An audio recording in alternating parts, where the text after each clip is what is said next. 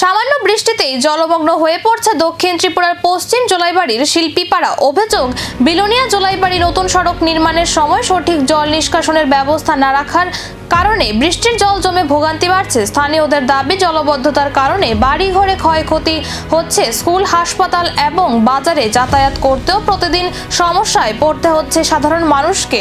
বাসিন্দাদের অভিযোগ, বিষয়টি স্থানীয় পঞ্চায়েত প্রতিনিধি ও পঞ্চায়েত সমিতির চেয়ারম্যানের নজরে আনা হলেও এখনো কোনো কার্যকর পদক্ষেপ নেওয়া হয়নি।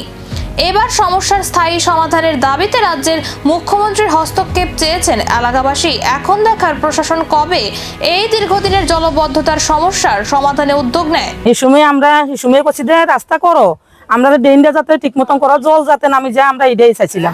কিন্তু আমরা চাইতেছি পঞ্চায়েতের প্রধান মেম্বার নেতৃত্বে যাই আছে, আমরা শুধু এই আবেদন, আমরা শুধু রাস্তাটা ঠিক করে দাও, ড্রেন করে দাও, জল যাতে নামি যায়, এই অনুরোধ আমরা সবাই এটাই চাই। কারণ স্কুল ঘাট, কোনো ইমার্জেন্সি, কোনো একটা রুগী নিবার মতন সাধ্য নাই। আমরা এই দিন মানুষ পারাইতে পারেন না, রুগী কেমনে নিব, কোনো একটা গাড়ি ঢুকতে পারেন না, কোনো বাড়িঘর সব নষ্ট হইতেছে।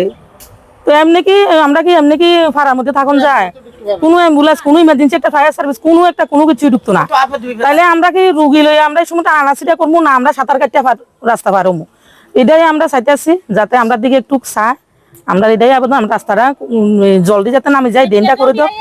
সব জল আয়া জমতে আছে, যে জল যাইবার কোনো দিকে কোনো রাস্তা নাই, কোনো সাইড নাই, এটা ড্রেন করে দাও। আর কন্ট্রাক্টরকে আমরা চিনি না, আমরা চিনি পঞ্চায়েত বডি, আমরা কোনো চিনি কেউ চিনি না, আমরা পঞ্চায়েত বডি চিনি। আমরা পঞ্চায়েতের কাছে আবেদনটা করতে আছি, এটা যাতে আমরা এটা ওয়েস্ট বিলাক, পশ্চিম বিলাক পঞ্চায়েত।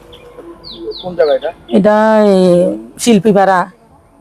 আপনারা কত পরিবারে এইভাবে ভুগছেন? এমনি আছে 7-8 পরিবারের মতো, আরো বেশিও আছে, এদিকে আছি আমরা কয়েক পরিবার। অভিযোগ সামনে এসেছে, এবার প্রশাসনের পদক্ষেপের দিকেই তাকিয়ে শিল্পীপাড়ার মানুষ।